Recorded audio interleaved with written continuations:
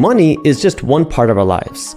You're right, money is not going to make you happier. Money is not going to make you a better person. Money is not going to make you a good person. However, if you don't have money and if you don't understand money, well, that lack of money can impact your mental health. It can make you stressed, anxious, depressed. It is one of the leading causes of divorce. If you don't have money, you can start eating bad. You can't afford healthier food. You can't have the right gym membership. You don't have time to take care of your family. If you don't have money, you can't buy your spouse that nice vacation that they keep asking about. You can't take care of your kids the way that you might have wanted to. You can't give your kids the vacations. You can't give your kids the opportunities that maybe you want. Maybe you can't even buy the healthcare that you want, because the reality, and this is, unfortunate or fortunate, the reality of the way the system is money talks. And if you don't understand money, then you're going to be at the mercy of people who have money. And this is where I had to understand how money plays a part in my life. I came to something that I call the quadruped theory. And the way that I put it is, there's 4 aspects of life. If you want to live a happy and fulfilled life, you have to be healthy in these 4 aspects. First, you have to be physically fit. Second, you have to be mentally fit. Third, you have to be spiritually fit. And fourth is financially fit. And the way I put it in this order is because physically, if you're not physically fit, if you're morbidly obese, you're on your deathbed, it doesn't matter if you have $10 million. The only thing you care about is being healthy again. Second, mentally fit. If you are depressed, if you're anxious, if you are not surrounded by people that you love, if you're not happy, having more money is just going to make you more miserable. And this is a big misconception out there where I know people in my own personal life, I'm sure you do too, where people are like, if I just make $1 million, I'm going to find the love of my life. I'm going to be liked. People are going to want to talk to me. You start to imagine this world where money is going to solve the mental aspect of your life, but that's not the case. It's its own aspect. So more money will not make you mentally happy. Then is a spiritual aspect. And this doesn't have to be religious. This is your purpose. For me, it's what is the reason why you're on this earth? What are you waking up for every single day? If you don't have a purpose, you're not going to have a reason to get out of bed no matter how much money you have.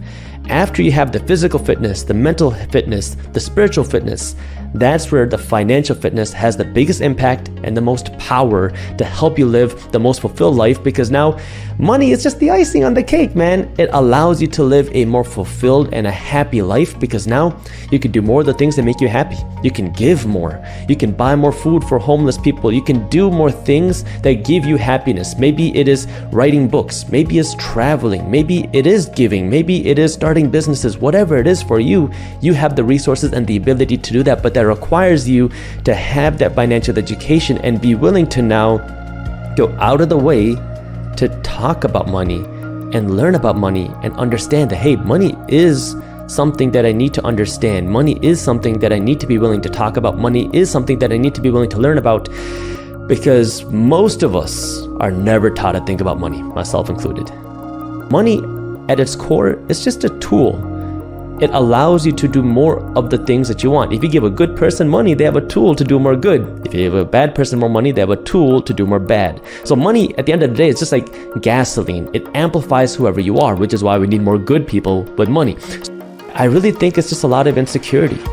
If we feel like we did everything right, we're working hard, but we don't have what somebody else has, something must be wrong. They must have done something bad. They must have done something that, we didn't see.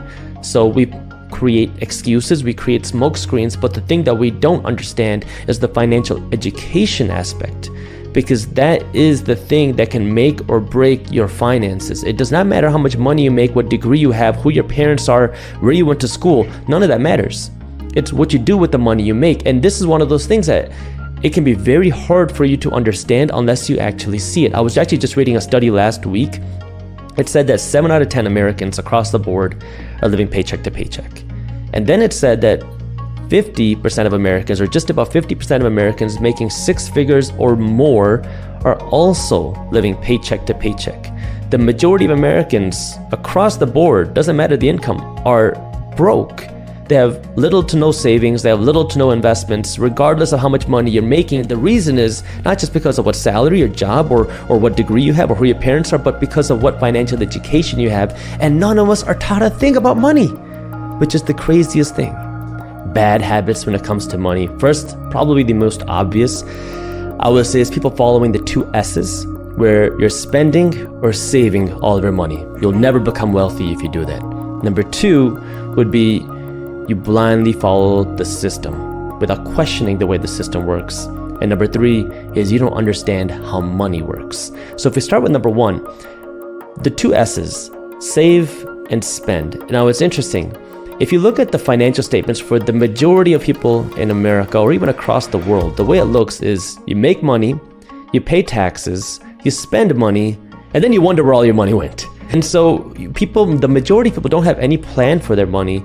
And that's why the majority of people have little to no savings, and the majority of Americans have little to no investments.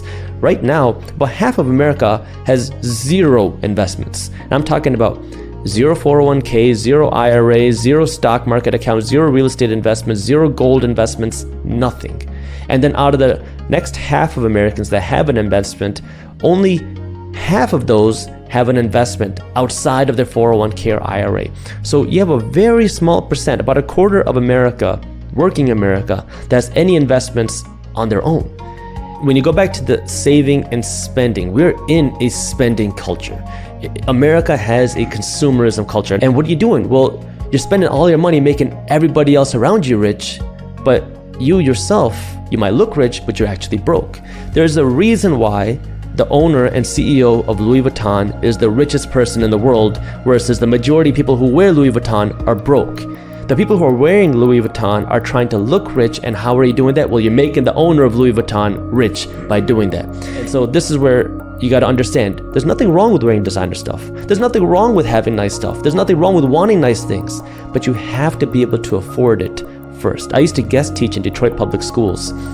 And when I used to teach there, it's a rough school district. I would talk to the kids about life, motivation and entrepreneurship and money and success. And one of the things that I would ask is, how many of you have a job? Almost all of them raised their hand saying that they had a job. My next follow-up question was, how many of you have a bank account? Nobody raised their hand. So I asked, what do you do with your paycheck? They said, well, we get a physical check, then we go to the liquor store, we get it cashed. The liquor store owner takes 1 to 10%. Then you buy pop, candy, a bunch of junk on the way out. And by the time you're out of the store, you've already given away half of your paycheck. I call it a net zero thinking, where we think in terms of spending. If I have $1,000, I can go out and buy this handbag, this nice thing. If I have 10 grand, I can go on this nice vacation. If I have 50 grand, I can go on and buy this nice car. We think in terms of spending because we think, if I have this money, how can I spend it? Now, if you break away from that and now you start creating a buffer and you don't spend all of your money, the next problem is we save our money.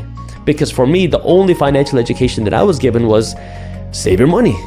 Because if you're not spending it, now you are building up a big bank account, and if you have a big bank account, you'll be wealthy. But the reality is, you will never be able to become wealthy through your savings. Your savings will never make you wealthy. And if you don't believe me, I'll give you just a mathematical term. Your savings right now are growing by essentially nothing, but let's just say 1%. And I'm being very, very generous here.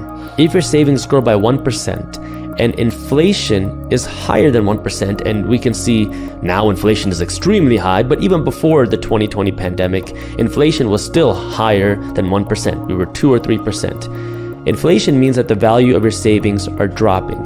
So if inflation is higher than your savings, that means that your savings are losing value each and every day. Every day that you save your money in the bank, you are slowly becoming poorer each and every day, and most of us never see it happen. Now, this doesn't mean you shouldn't save any money. This just means you have to understand how to save your money strategically, because wealthy people do not want to save all their money. They want to save their money for an emergency, they save their money for an investment, or they save their money for a big purchase. If it doesn't fall into one of those 3 things, you don't want to save your money, because now you're saving money. Your savings are just making you poorer each and every day. This brings me to then the second aspect, which is blindly following and trusting the system. And this one was the most difficult one for me, because growing up, most of us, myself included, are always told that if you want to become successful, go to school, get good grades, get a good job, climb the corporate ladder. And that's what I was always told, and I was not really against it, because I wanted to be successful. I saw how hard my parents worked since I was a kid. I always wanted to give back, and I always assumed that, okay, if I got good grades, I'll get into a good medical school, and if I do good in medical school, I'll be able to get a good job as a doctor, and if I get a good job as a doctor, I'll be able to make more money. I thought it was all just linearly correlated. Your grades, your income, your grades, your success. I was checking all the boxes. I was doing good in school. I was studying hard. I was getting good grades. But then along the way, I realized that something wasn't adding up. And so during my breaks, I would read business books and I would go on the Yahoo Finance and I would study what's going on in the markets just for fun. And I kept hearing about how real estate is at rock bottom on the news. And the business books that I read always said that wealthy people invested in real estate. I had no idea what that meant. I didn't know any real estate investors. I didn't know what real estate investing was. I didn't have investor people in my family, so I didn't know what that meant. So I was like, well, if wealthy people invest in real estate, maybe I should invest in real estate. So I was like, I didn't even know that you could do that. Because now if you can own investments, if you can own assets, you own things that are going to be paying you without you having to physically work. And this is what wealthy people are working for. Yet none of us are ever taught this. None of us are ever taught in school, how do you manage money? None of us are ever taught, how do you invest your money? None of us are ever taught, how do you build wealth? None of us are ever taught, how do you generate passive income?